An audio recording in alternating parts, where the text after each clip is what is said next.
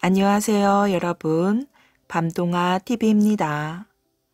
오늘도 밤동아 TV를 찾아주셔서 감사합니다.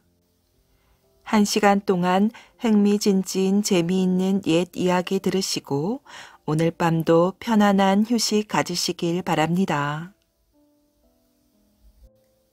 개미의 보온으로 만든 방죽. 전라남도 광산군 서방면에는 경량못이라는 큰 저수지가 있답니다. 이 마을을 비롯하여 이 부근의 광주 평야 일대는 100년 전만 해도 거의가 천수답이었지요. 천수답이란 전적으로 하늘에서 내리는 빗물로 농사를 짓는 논이랍니다. 그래서 농민들은 항상 홍수 아니면 가뭄으로 시달려 오다가 비로소 이 저수지가 생기면서 그 일대가 기름진 옥토로 바뀌었고 농민들은 하늘을 쳐다보며 걱정하지 않아도 되었답니다. 그런데 이 저수지는 경량리에 사는 어떤 부자가 만들었다고 하며 저수지를 만들기까지에는 사람과 아주 작은 동물 사이에 피어난 감동적인 사랑이 힘이 되었다는 이야기가 전해지고 있답니다. 비가 온다, 비가 와.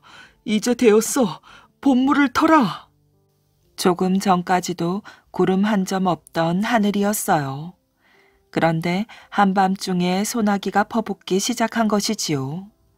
마을 사람들은 너무 기쁜 나머지 너나 없이 밖으로 뛰쳐나왔어요. 이보다 반가운 손님이 어디 있겠어요. 마르다 못해 쩍쩍 갈라진 논바닥에 단비가 스며들었답니다. 꽤 오랜 가뭄이었지요. 광주 평야의 농민들은 기우제를 지내고 나서도 비가 오지 않자 매일처럼 하늘을 보며 한숨을 쉴 수밖에 없었답니다.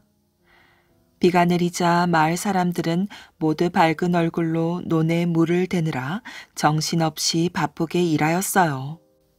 그런데 하늘은 정말 무슨 심술인지 이번에는 너무 많은 비를 주시는 것이었어요. 비는 내리 사흘 동안 잠시도 쉬지 않고 내렸답니다. 그야말로 억수 같은 비가 내려 들판은 온통 물바다가 되었고 갑자기 퍼붓는 폭우를 견디지 못하고 강둑이 터져버린 것이었어요. 이제 그만 오셔도 되는데. 경양 마을의 가난한 농부인 이 한상은 자꾸만 흙탕물에 잠기는 논을 근심스럽게 바라보고 있었답니다. 그때 한상은 물 위로 무엇인가 둥둥 떠내려오는 것을 보았어요. 박덩이 같기도 하고 무슨 상자처럼 보이기도 하는 물건이었지요. 이상한 물건이구나. 혹시 값진 것이 들어있을지도 모를 일이야. 한상은 긴 장대로 그 물건을 잡아당겨 건져냈고 주위에 있던 마을 사람들도 궁금한 표정으로 모여들었어요. 그러나 그것은 박덩이도 보물도 아니었으며 끔찍하게도 커다란 개미집이었지요. 개미집은 물에 떠내려오느라 안쪽이 벌써 잔뜩 젖어 있었어요. 들여다보니 수많은 개미떼들이 젖은 몸으로 우왕좌왕하고 있었답니다. 뭔가 했더니 개미집일세 그려. 논이고 뭐고 죄다 떠내려갈 판인데 그런 건 건져서 뭘 하누? 구경하던 사람들은 흥미 없다는 듯 모두 흩어졌으나 평소 선량하다고 소문난 이 한상은 달랐답니다. 하찮은 미물이지만 불쌍하구나. 하마터면 바다로 떠내려갈 뻔하였어. 이 한상은 이 개미집을 소중한 보물이라도 되는 듯이 조심조심 두 손으로 안아들고 물길이 안 미치는 산 중턱 마른 땅에 갖다 놓았어요. 그리고 이렇게 비가 쏟아져서야 먹을 양식도 없겠지 하는 생각에서 개미들이 먹을 만한 먹이까지 마련해 놓아주었어요. 개미들은 장마통에 몹시 굶주렸던 모양인지 이 먹이를 서로들 먹으려고 야단이었어요. 물론 개미들을 살려준 이 씨도 마음이 퍽 흐뭇했답니다. 며칠이 지난 어느 날이었어요. 그동안 장마도 깨었고 마을 사람들은 집집마다 모 심기에 바빴답니다. 여보, 이리 좀 나와보세요. 새벽에 밥 지으러 나간 아내가 다급하게 이 한상을 불렀어요. 참 별일도 다 있네요. 마당 한가운데에 웬 쌀이 이렇게 쌓여 있을까? 과연 마당 한가운데에는 한가마니는 좋게 되어 보이는 하얀 쌀이 수북하게 쌓여 있었어요. 아니, 정말 이게 웬 쌀일까? 우리 집엔 쌀이 한 톨도 없었는데. 배잠방이를 걸쳐 입고 마당으로 나온 이 한상은 놀랐답니다. 도대체 누가 갖다 놓은 쌀인가? 누가 갖다 놓았다고 하더라도 그렇지. 이렇게 이른 새벽에 주인도 모르게 갖다 놓을 이유가 무엇인가? 또 쌀을 가마니에 담지도 않고 그냥 알곡으로 마당에 쌓아 놓다니 더욱 이상한 일이었어요. 누구네 쌀인지 우선 임자부터 찾아줘야겠군.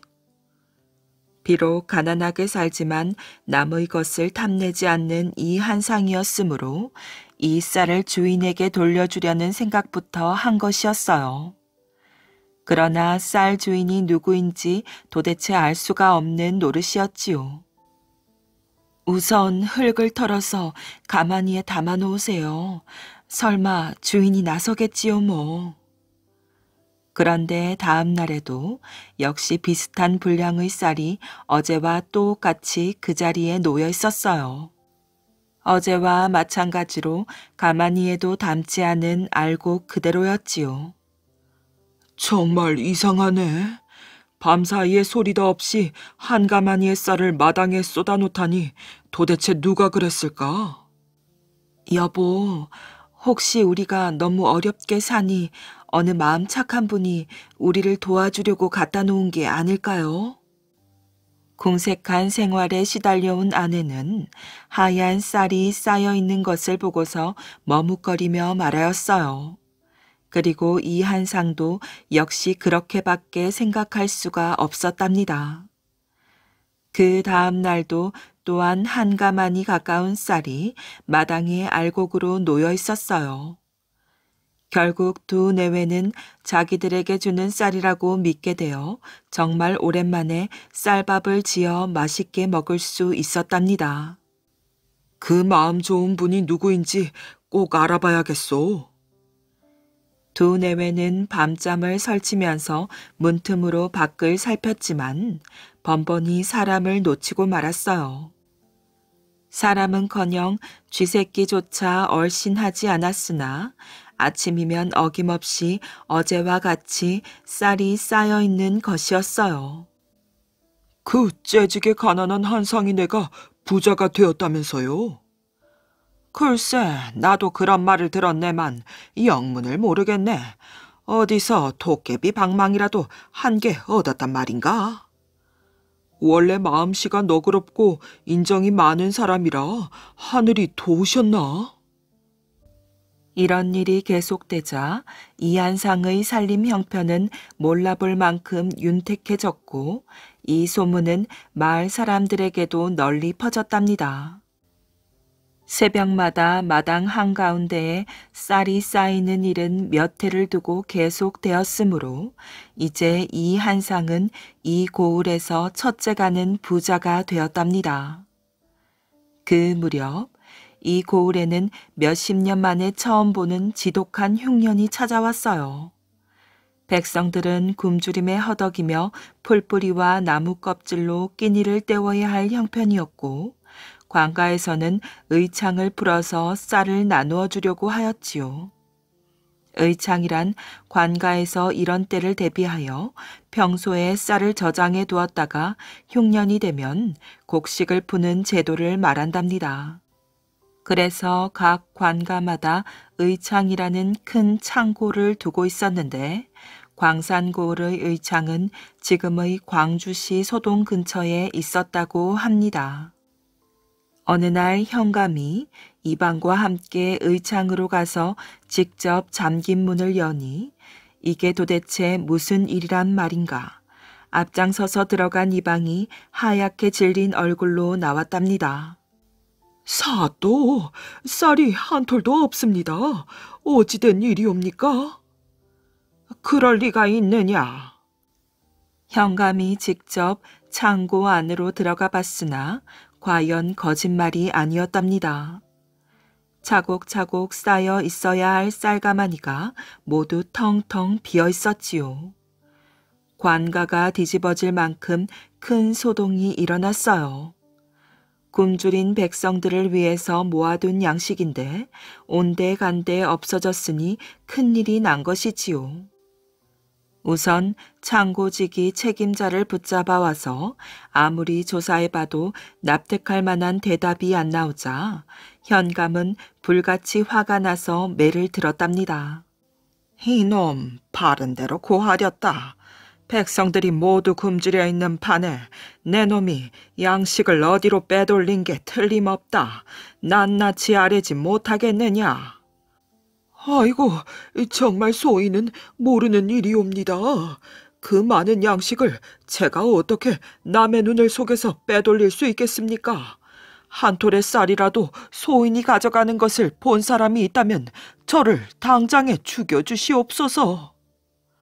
그렇다면 네 놈은 나라의 녹을 받으며 양식을 지킬 책임이 있건만 그 많은 양식이 없어지는데도 눈치채지 못했단 말이냐? 창고지기는 할 말이 없었답니다. 그러나 아무리 추궁을 해봐도 창고지기가 모른다는 것은 사실이었으니 정말 기가 막힐 노릇이었지요. 가마니째 다 들고 나간다 해도 엄청난 양의 쌀을 옮기려면 설사 이들과 내통을 했다고 한들 그것은 어려운 일이었어요. 그런데 가만히는 그냥 두고 쌀만 털어갔으니 더욱 알 수 없는 일이었지요. 관가에서 계속 이리저리 수소문해 보니 경양 마을에 사는 이 한상이가 갑자기 벼락부자가 되었다는 소식이 들려왔답니다. 온 고을 안이 떠들썩할 만큼 갑자기 부자가 되었으니 충분히 의심을 받을 만도 하였지요. 이 한상은 즉각 원님 앞에 붙잡혀 왔어요. 내 이놈, 내 죄를 네가 알렸다. 순순히 자백을 하도록 하라. 어찌 감히 나라의 재산인 의창의 쌀을 도둑질했단 말이냐? 추상 같은 호령이었지만 이 한상으로서는 터무니없는 누명이었어요. 소인, 비록 배운 것 없사오나 아직껏 남의 재물에 탐을 내본 적이 없사옵니다. 하물며 굶주린 백성에게 나눠줄 양식을 어찌 훔치겠습니까? 소인은 그런 죄를 범한 적이 없사옵니다. 아하, 저놈 주둥아리 놀리는 것 좀 보게나. 내 이놈, 소문에 듣자 하니 그토록 찢어지게 구차하던 내 놈이 무슨 짓을 했길래 하루아침에 그렇게 부자가 되었단 말이냐? 현감이 이렇게 따지는 데야 어쩔 도리가 없어 이 한상은 사실대로 이야기하고 말았답니다. 소인은 털끝만큼 속이지 않고 모두 사실대로 말씀드리겠습니다. 몇 년 전부터 아침마다 잠이 깨어보면 앞마당에 쌀이 한 섬씩 놓여 있었습니다. 처음에는 괴이하게 생각되어 누가 잘못 갖다 놓았겠거니 하고 여겼사오나 몇 달 몇 년을 두고 변함없이 계속되는지라 하늘에서 제게 내리신 복으로 생각하고 그 쌀을 받았을 뿐입니다. 그러나 너무나 황당무계한 이야기라서 현감은 그 말을 고지 들이려 하지 않았어요. 이놈이 이제는 관을 우롱하려 드는구나. 거짓말로 잡아떼지 말고 빨리 바른 말을 못하겠느냐? 정말이옵니다. 남의 재물을 탐한 적도 없고 남을 속여본 적도 없사옵니다. 소인이 다른 말씀을 드린다면 그 말이 거짓말이옵니다. 이 한상은 당당하게 말하였어요. 양심의 가책을 받을 만한 일이 있었다면 말이라도 좀 더듬을 터였는데도 현감은 계속 이 한상을 다그쳤지요. 묻는 말에 정직하게 대답하라. 의창에는 언제 갔었으며 창고 문은 어떻게 열었는가? 그리고 그 많은 쌀을 누구와 함께 운반했는가? 바른 대로 되지 못할까? 이 한상은 더욱 기가 막혔어요. 농촌에서 다만 농사나 짓는 농민일 뿐이어서 의창이라는 말은 들어봤으나 그곳이 무엇을 하는 곳인지조차 모르기 때문이었지요. 소인은 의창이 무엇을 하는 곳인지 어디에 있는지 모르옵니다. 하늘이나 저의 조상님들을 걸고 맹세하겠습니다. 소인은 그런 못된 짓을 한 적이 없사옵니다. 그래도 이놈이 딱 잡아떼기만 하는구나. 야봐라, 저놈이 자백할 때까지 매우 쳐라. 현감은 이 한상의 말을 받아들이지 않고 불호령을 내렸으며 형리는 매를 들고 이 한상을 내리쳤답니다. 죄 없는 사람이라도 뇌물을 받아내기 위해 일부러 불러다 매를 치기도 하는 시절이었지요. 누명을 덮어쓴 이 한상으로서는 내리치는 매를 감당할 수가 없었답니다. 매 맞은 살이 터져서 피가 흘러도 형리가 치는 매질은 계속되었어요. 이때 호련히 허공에서 이상한 소리가 들려왔지요. 사람의 목소리는 아니었어요. 왜 죄 없는 사람을 그토록 고문하시오? 그분은 죄가 없으니 당장 매를 중단하시오. 현감은 깜짝 놀라 두리번거리며 목소리의 주인공을 찾았답니다. 그러나 말을 한 사람은 보이지 않고 꾸짖는 소리만 계속 들려오니 현감은 더럭 겁이 나기 시작하였지요. 누구냐? 도대체 누군데 정체를 밝히지 않고 소리만 지르느냐? 현감의 겁먹은 물음에는 대답도 하지 않고 계속 꾸짖는 소리가 들려왔어요. 이 한상은 어질고 착한 사람이요. 도둑질할 사람이 아니니 풀어달라는 것이었지요. 허공에서 들려오는 소리는 주위 사람들에게 신비감과 함께 놀라움을 주었답니다. 사실 이 한상이 의창의 양식을 훔쳤다는 증거는 하나도 없었어요. 이 한상으로서는 억울한 매를 맞고 있는 것이었지요. 현감은 신통한 대답을 얻지 못한 채 결국 이 한상을 풀어주기로 하였답니다. 관가에서 풀려나온 이 한상은 아픈 몸을 이끌고 집으로 돌아왔어요. 심한 매를 맞은 탓에 가눌 수 없을 만큼 몸이 아팠지만 육신보다는 마음이 더 아팠답니다. 죄는 짓지 않았으나 정체를 알 수 없는 재물로 인해서 부자가 되었다는 사실은 어떻든 꺼림칙한 일이었기 때문이지요. 그날 밤, 이 한상은 이상한 꿈을 꾸었어요. 마당에서 이상한 물건들이 꿈틀거리고 있었고 그것들이 자꾸만 커져갔답니다. 잠에서 깬 후 이상하게 생각한 이 한상이 마당으로 나가보니 그곳에는 수많은 개미떼들이 모여 있었어요. 웅성거리던 개미떼는 이 한상을 보자 이렇게 떠들어대었지요. 오진 어르신, 감사합니다. 저희에게 베푸신 은혜는 잊을 수가 없습니다. 그 소리들은 바로 오늘 낮 관가에서 사또를 꾸짖던 목소리와 똑같았어요. 그러나 이 한상은 왜 개미떼들이 자기에게 감사하고 있는지 그 까닭을 알 수 없었지요. 개미떼 중에서 두목으로 보이는 큰 개미가 앞으로 나오더니 이 한상에게 큰 절을 하며 말하였어요. 어진 어르신이여, 몇 년 전 장마 때 저희 집은 사나운 물결에 떠내려갔습니다. 저희는 모두 물에 빠져 죽을 수밖에 없었는데 어진 어르신께서 저희를 구해주시고 저희가 먹을 양식까지 마련해 주셨습니다. 아니, 그렇다면 너희가 바로 그때의 그 개미들이란 말이냐? 그렇습니다. 저희는 그 은혜에 보답하기 위해 매일 개미 한 마리가 의창의 쌀 한 톨씩을 물어다 어르신네 마당에 쌓아왔습니다.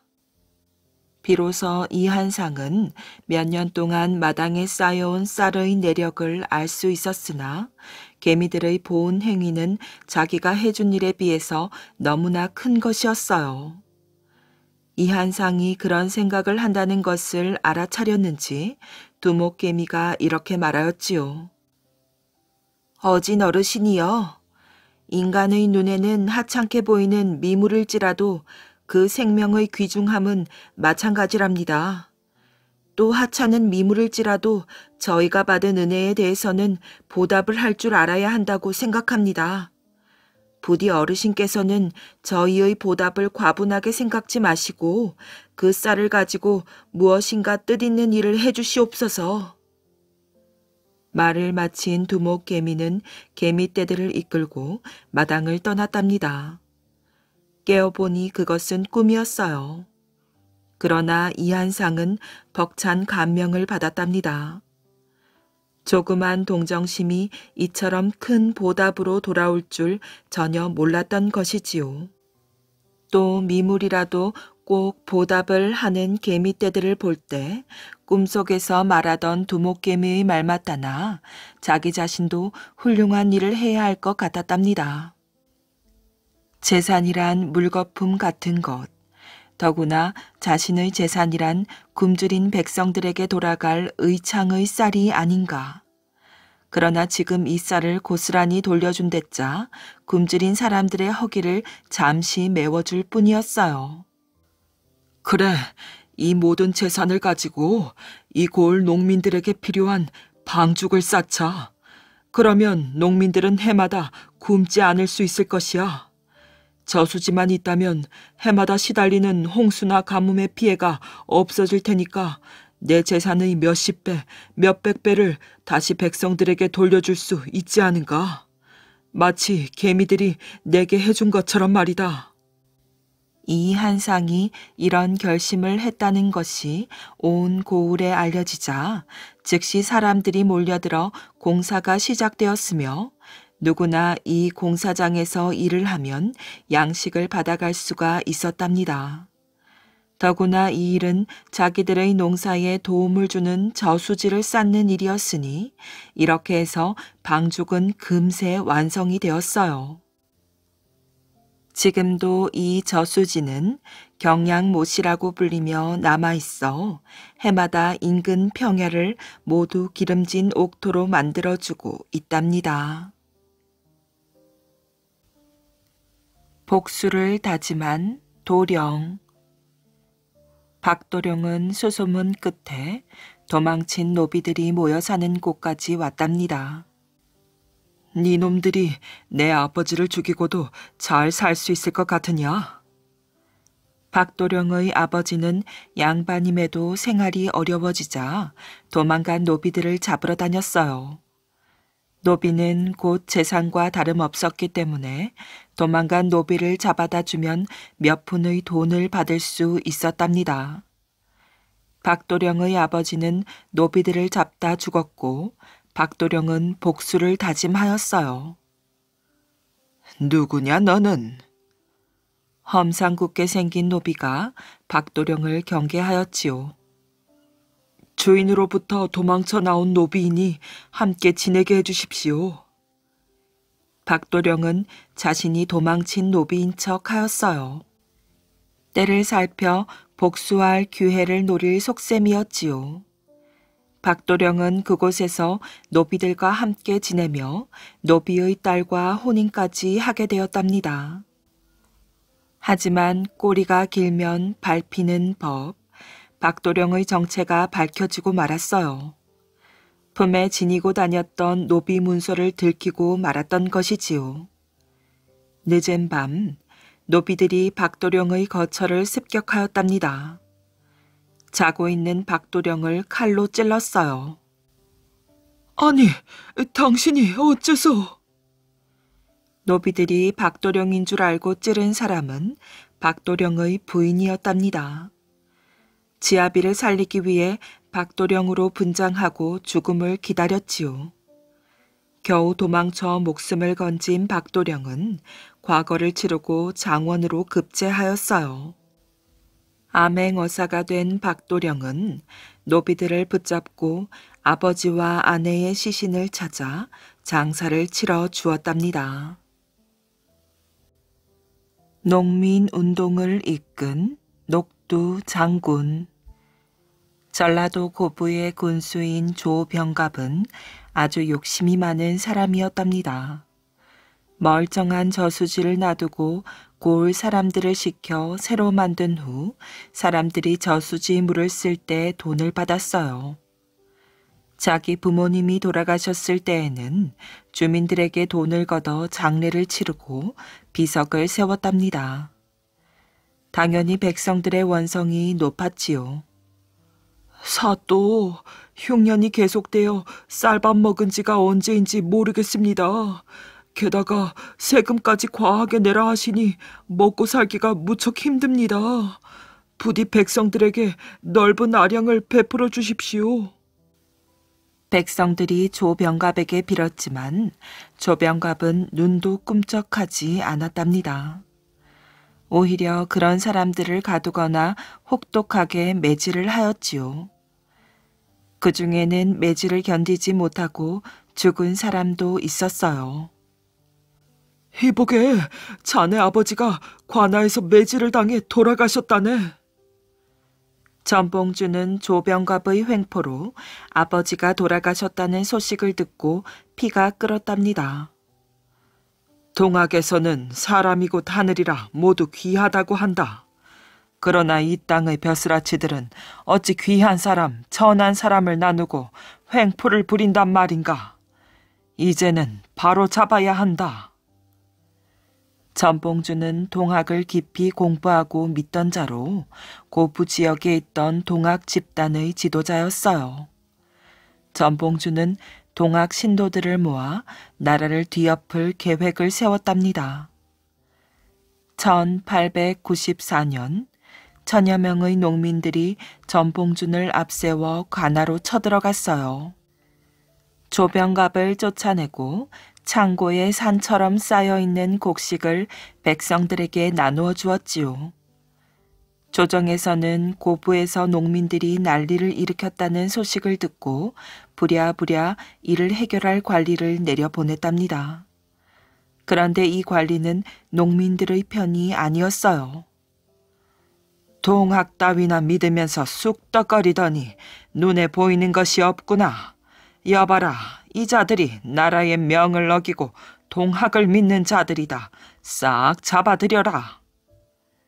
농민들은 피가 거꾸로 솟았답니다.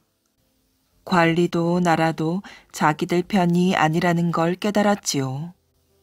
나라를 바로 잡아야 백성이 편안히 살 수 있습니다. 백성의 힘을 모읍시다. 전봉주는 앞장서서 여러 지역의 동학 지도자들에게 알렸어요. 이미 관리들의 오랜 횡포에 지친 백성들은 너도 나도 함께 하겠다는 뜻을 밝혔어요. 동학을 믿는 자들뿐 아니라 나라를 뒤바꾸어 살만한 세상을 만들겠다는 자들이 모두 모였지요. 이렇게 수천 명의 농민들이 힘을 모아 많은 지역을 차지해 갔답니다. 조정에서는 군대를 보내 막아보려 했지만 농민들의 분노와 의지를 꺾을 수는 없었어요. 결국 얼마 못 가 전라도는 농민군의 차지가 되었답니다. 조정에서는 두려움에 떨기 시작하였어요. 총을 든 군대가 대나무 창을 든 농민을 못 이긴단 말이오. 이러다 한양으로 올라오는 건 시간 문제겠군. 안 되겠소. 청나라의 도움을 청해 경복궁을 지켜달라고 하시오. 고종과 왕비 민씨는 청나라에 군사를 보내달라고 요청하였어요. 그런데 뜻밖의 일이 벌어졌답니다. 청나라에서 조선에 군대를 보내자 일본도 조선에 군대를 보낸 것이었어요. 어느새 조선에서 청나라와 일본이 팽팽한 기싸움을 벌이게 되었지요. 남의 나라에게 자기 백성들을 처리해달라고 부탁한 거 아닙니까? 이런 왕은 필요 없소. 당장 한양으로 쳐들어갑시다. 그러기에는 청나라와 일본이 심상치 않소. 지금은 조정과 화해하고 청나라와 일본을 내보내는 게 좋겠소. 전봉준이 조정과 화해를 했으나 조선에 들어온 일본군은 돌아가지 않고 경복궁을 소나기에 넣은 뒤 조선을 마구 짓밟았어요. 나라를 뒤바꾸고자 했던 백성들은 이제 일본으로부터 나라를 지켜야 한다고 한 목소리를 내었답니다. 더 많은 지역에서 더 많은 농민들이 모여들었지요. 지금 일본을 몰아내지 못하면 영영 조선은 그들의 소나기에 들어갈 것입니다. 나라를 바로잡으려고 했던 여러분, 이제 나라를 구하러 돌진합시다. 20만 농민군의 상대는 일본군이었어요. 그러나 공주 우금치에서 맞닥뜨린 일본군은 너무 강하였지요. 농민들은 죽음을 무릅쓰고 용맹하게 싸웠지만 결국 처참하게 지고 말았어요. 동학 농민운동을 이끌었던 전봉준도 그렇게 붙잡혀 처형되고 말았답니다. 임금의 사위 부마. 신도도라는 사람이 훌륭한 스승 밑에서 공부하고자 진나라의 수도 옹주로 가고 있었어요. 도중에 해가 저물어 어느 큰 저택을 찾아가 문을 두드렸지요. 이윽고 어린 하녀가 나오자 그는 하룻밤 묵어갈 것을 청했답니다. 어린 하녀는 잠시 안으로 들어갔다가 나오더니 어서 오시지요 라고 하며 방으로 안내하였어요.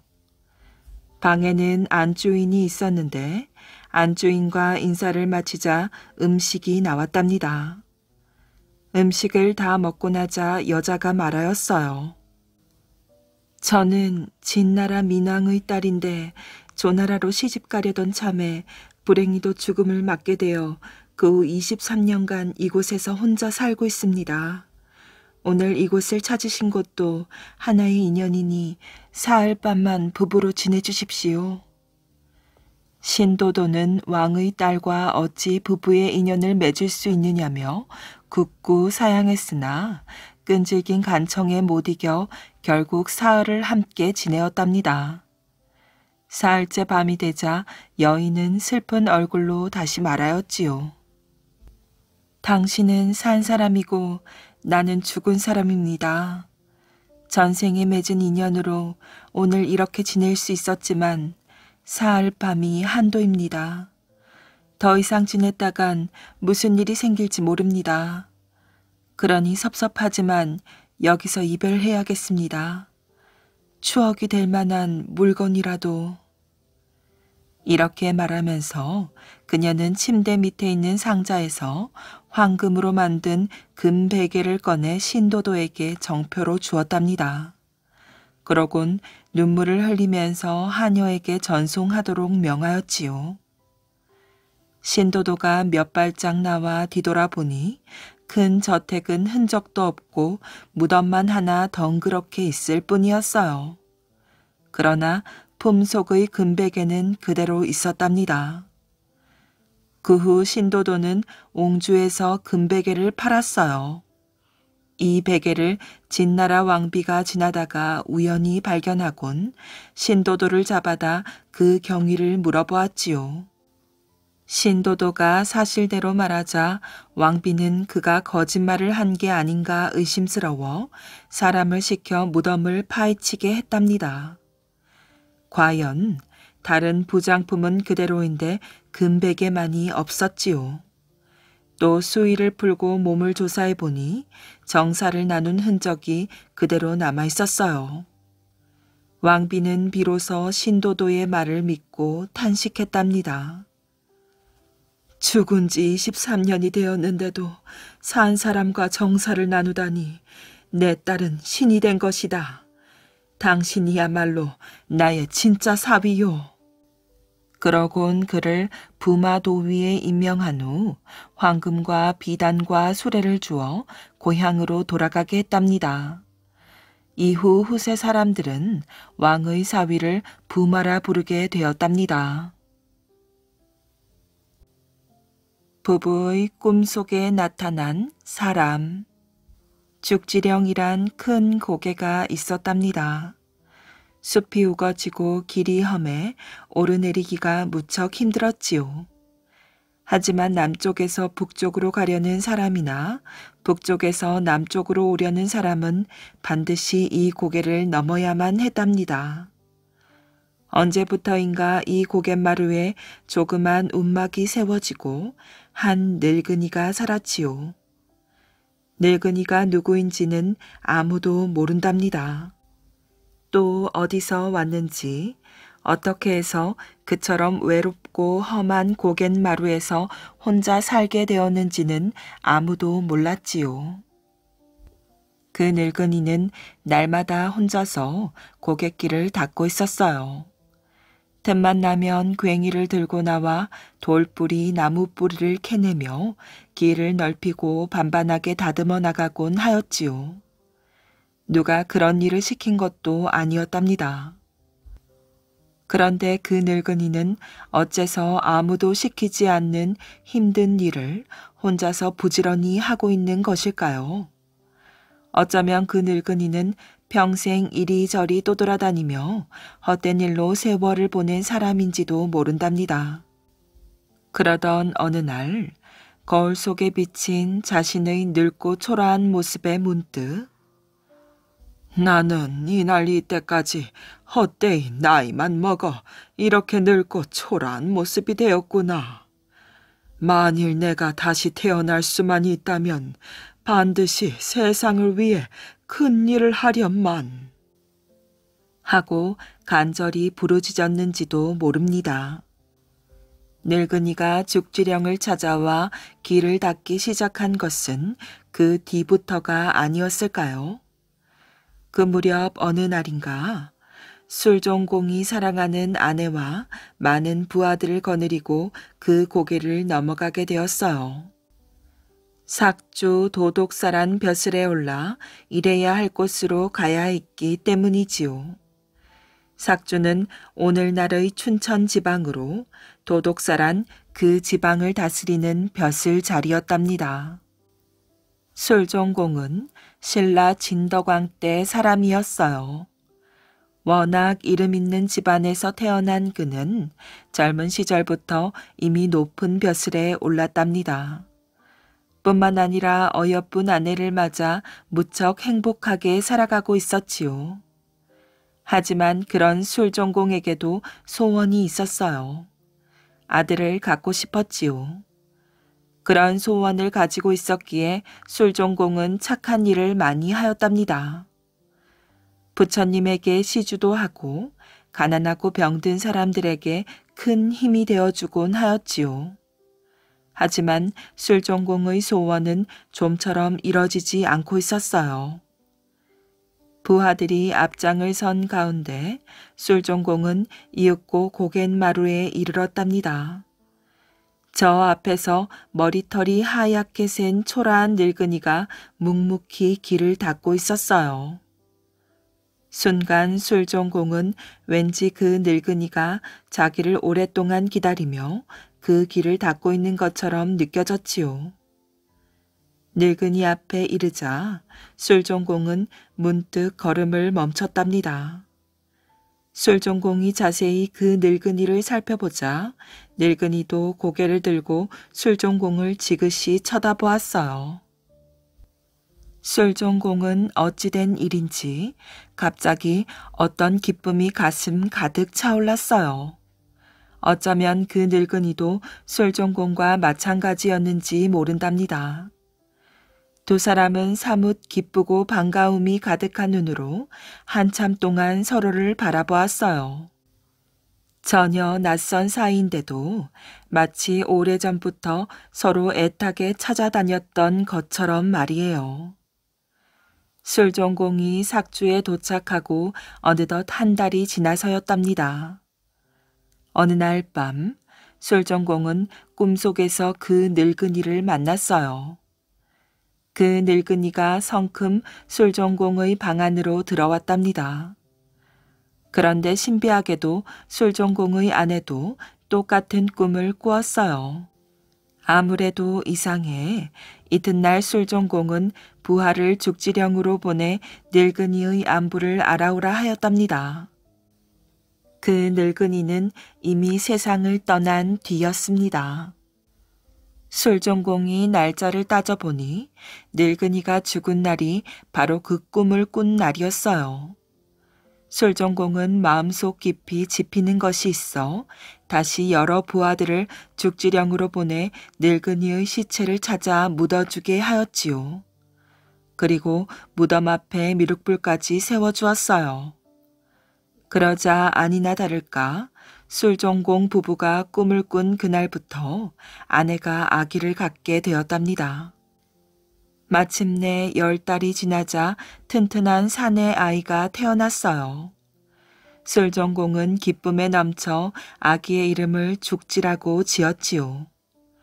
죽지령에서 만난 그 늙은이가 다시 태어났다고 해서 그렇게 지어준 것이랍니다. 이렇게 태어난 죽지랑은 효소왕 시절 널리 이름을 떨친 화랑이 되었어요. 그리고 한때는 김유신 장군 밑에서 부사가 되어 신라가 삼국을 통일하는 데 큰 공을 세웠다고 한답니다. 안경을 얻은 시골 노인. 서울에 사는 한 재상에게서 안경을 얻은 시골 노인이 있었답니다. 노인은 안경이 자기 눈에 맞는가 안 맞는가를 따지지도 않았지요. 그저 새로운 것을 얻었다는 사실 하나만으로 기뻐하였어요. 어느 누가 나처럼 서울의 높은 재상한테서 선물을 받겠어. 어허, 좋으시고. 노인은 자신이 사는 동네에 들어서자마자 안경을 걸쳐 섰답니다. 걸을 때마다 땀이 쑥 솟는 것 같기도 하고 구름 위를 둥둥 떠다니는 것 같기도 하였지요. 노인은 만나는 사람마다 붙들고 재상에게 얻은 귀한 물건이라고 자랑을 늘어놓았지요. 어떠냐? 내 모습이 아주 멋져 보이지 않느냐? 이 안경이 바로 서울 사는 재상이 준 것이니라. 노인은 집에 돌아오자 가족들에게 한바탕 자랑을 했답니다. 또 길에 지나가는 동네 사람만 보면 안경을 꺼내 쓰고 이러쿵 저러쿵 자랑한 것은 말할 필요도 없지요. 하루는 동네에서 큰 잔치가 열렸어요. 노인은 당연히 안경을 쓰고 갔답니다. 이게 바로 안경이라는 거구나. 진짜 신기하게 생겼습니다요. 잔칫집에 모인 사람들은 모두 노인의 안경을 보고 한마디씩 하였답니다. 신기한 듯 안경을 만져보고 써보면서 부러워하였지요. 노인은 우쭐거리며 입에 침이 마르도록 자랑을 늘어놓았어요. 그러다가 잔칫집 울타리에 걸려있는 시루를 보고는 불쑥 이렇게 말했답니다. 이 안경의 힘이 어찌나 좋은지 말이야. 저 울타리에 걸려있는 거미줄이 마치 새끼줄같이 굵게 보인다오. 시루가 거미줄이라고요? 노인의 말을 들은 사람들은 웅성거리며 한바탕 크게 웃었어요. 어이가 없는 듯 머리를 흔들면서 말이에요. 젊은 스님이 꾼 꿈. 깎아지른 바닷가 벼랑 위에 조그만 암자 하나가 깊은 고요 속에 묻혀 있었답니다.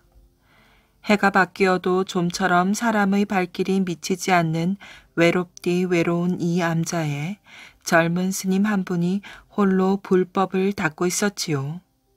바로 조신이었답니다. 때는 바야흐로 꽃피고 새우는 봄, 산 골짜기마다 타는 듯 붉은 진달래꽃이 무더기 수놓아져 있고 온 들판에서 아물아물 피어오르는 저 아지랑이. 조씨는 까닭없이 가슴이 설레고 온몸의 피가 끓어오르는 듯하여 연부를 외다 말고 넋을 잃은 듯 멍하니 앉아있곤 하였답니다. 그때마다 조신의 몽롱한 눈동자에 아물아물 피어오르는 것은 너무나 아름다운 김씨랑 아가씨의 모습이었지요. 김씨랑은 나라 안에서도 손꼽히는 벼슬 높은 귀한 가문의 딸이랍니다. 저 활짝 피어오르는 진달래꽃보다도 더 아름다운 아가씨, 어찌 차마 잊을 수 있으랴. 조신이 김씨랑 아가씨의 아름다운 모습을 처음 엿보게 된 것은 지난 가을 어느 날이었어요. 마침 이곳까지 불공을 들이러 온 김씨랑 아가씨가 그 화려한 꽃가마에서 살포시 내려서는 순간 조씨는 그만 가슴이 꽉 막히는 것 같았답니다. 연불도 목탁도 다 팽개쳐버리고 김씨랑 아가씨만을 따라가고 싶은 생각이 불현듯 가슴을 태워오는 것이었어요.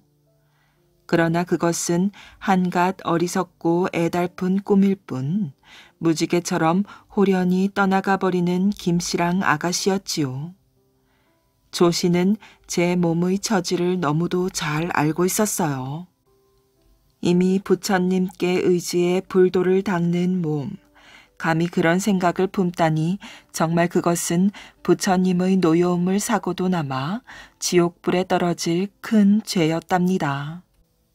조씨는 엉클어지려는 마음을 가까스로 바로잡으며 김씨랑 아가씨의 아름다운 모습을 지워버리기 위해 더욱 정성을 다해 연불을 외고 목탁을 두드렸지요.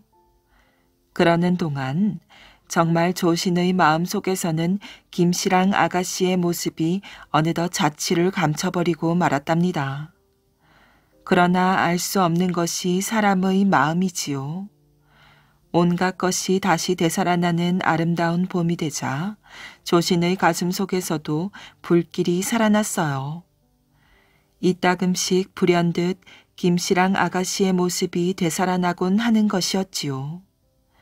잊어버린 줄만 믿고 있었던 김씨랑 아가씨가 아직도 조신의 가슴속 어딘가에 숨어 있었던 것이랍니다. 그때마다 조씨는 넋을 잃고 멍하니 산골짜기만 내려다 보았어요. 그렇게 기다리고 있으면 김씨랑 아가씨가 호련히 찾아오기라도 할 것처럼 말이지요. 그러던 어느 날 더할 수 없이 아름다운 봄 한낮, 포근한 햇빛과 부드러운 바람이 온 천지를 가득 채우고 있었답니다. 아침부터 조는 듯 하염없이 앉아있던 조신의 눈에 문득 번쩍 번개불이 일었답니다. 이게 어찌된 일일까요? 진정 꿈은 아니겠지요. 조신은 너무나 뜻밖의 일에 가슴이 마구 방망이질을 하는 듯 어쩔 줄을 모르며 온몸이 불덩어리처럼 달아올랐어요. 바로 김씨랑 아가씨가 나타난 것이지요. 활짝 피어난 진달래꽃보다도 더 아름다운 김씨랑 아가씨가 다른 사람도 아닌 바로 조신을 만나기 위해 달려온 것이랍니다. 지금 젊은 스님의 품에 안겨 어디론가 먼 곳으로 달아나려고 하는 것이었어요. 낭구님, 아가씨, 어느덧 두 사람은 손을 꼭 움켜잡았지요. 어떤 무서운 힘도 결코 두 사람을 떼어놓을 수 없다는 듯이 굳세게 잡았답니다. 낭구님, 어디로 간들 행복한 보금자리를 못 꾸미겠습니까? 어서 갑시다. 저 먼 곳으로. 아가씨, 꿈에도 잊지 못해 이 가슴은 미어질 것만 같았소. 이제는 제발 이 몸을 떠나지 마오. 아가씨가 없다면 이 몸은 이미 죽은 몸이나 다름없는 것. 살아서 무엇하리오. 낭군님, 그런 염려는 아예 마십시오. 그동안 아버님의 언명에 마지못해 딴 곳에 혼인을 맺었으나 낭군님을 한시도 잊지 못해 죽음을 무릅쓰고 달려왔습니다. 어서 갑시다. 낭군님이 가시는 곳이라면 어디든지 따라가오리다. 비록 지옥불에 떨어지는 한이 있더라도. 이리하여 아름다운 어느 봄날 젊은 스님 조씨는 목탁도 가사도 내던져버리고 김씨랑 아가씨의 손목을 잡고 행복을 찾아 먼 길을 떠났답니다. 그 후 40여 년 조신과 김씨랑 아가씨는 어떻게 되었을까요? 꿈결처럼 흘러가는 세월을 따라 그들은 아이를 5이나 둔 늙은이가 되었답니다. 그러나 그 오랜 세월 동안에도 처음에 꿈꾸었던 행복은 찾을 길이 없었어요. 아이들이 생겨나지 않은 젊은 한때만은 조금 오순도순 정답게 살아갔지만 그것도 잠깐, 이루 말할 수 없는 온갖 고생이 그들을 기다리고 있었답니다. 마을에서 멀리 떨어진 깊은 산속, 허물어져 가는 오막살이에서 굶기를 밥 먹듯 하며 살아오는 동안 아름다운 꿈은 자취 없이 사라져버리고 늙고 병든 몸만 남게 된 것이지요. 이제는 농사를 지을 힘도 없어 이리저리 떠돌아다니며 아이들이 벌어오는 동량밥으로 겨우 목숨을 이어가고 있었답니다. 그러던 어느 날 고개 넘어 밥 빌러 갔던 큰아이가 굶주림을 이기지 못해 쓰러져 죽어버렸어요. 아가, 너에게 무슨 잘못이 있느냐? 모두 이 애비를 잘못 만난 탓이로다. 어찌하여 세상은 이렇게 슬프고 고달프기만 한가? 조씨는 죽은 큰아이를 부둥켜 안고 눈물을 뿌렸답니다. 아가, 너는 아무 죄가 없다. 어린 너를 이 세상에 태어나게 하여 배불리 먹여보지도 못하고 고생만 시키다가 굶어 죽게 하였으니 이 어미의 죄를 어찌 다 갚으랴. 김씨랑도 이렇게 외치며 통곡하였답니다. 그 나이를 묻고 나서 며칠 되지 않아 이번에는 둘째 아이가 밥 빌러 갔다가 미친 개에게 물렸지요. 둘째는 다리를 절뚝이며 돌아와 울부짖었어요. 가엾고 불쌍한 그 모습을 보자 조신과 김씨랑은 가슴이 찢어질 것만 같았답니다. 여보 낭군님, 이 몸이 낭군님을 만났을 때는 다만 행복을 꿈꿨습니다. 그런데 온갖 어려움만 겪고 죄 없는 어린 자식들까지 이 고생을 시키게 되었으니 이 일을 어찌하면 좋겠소? 김씨랑이 탄식하며 말하였어요. 이게 모두 우리 두 사람이 잘못 만난 죄인가 보. 젊을 때는 미처 몰랐소만 이제 깨달으니 모든 것이 크나큰 죄일 뿐이오. 이 고생을 할 줄이야 어찌 알았겠소. 조신도 넋을 잃고 말하였어요. 낭군님, 이제는 할 수 없습니다.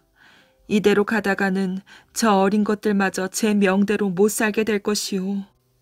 그러니 저 애들이나마 둘씩 나눠 데리고 헤어집시다.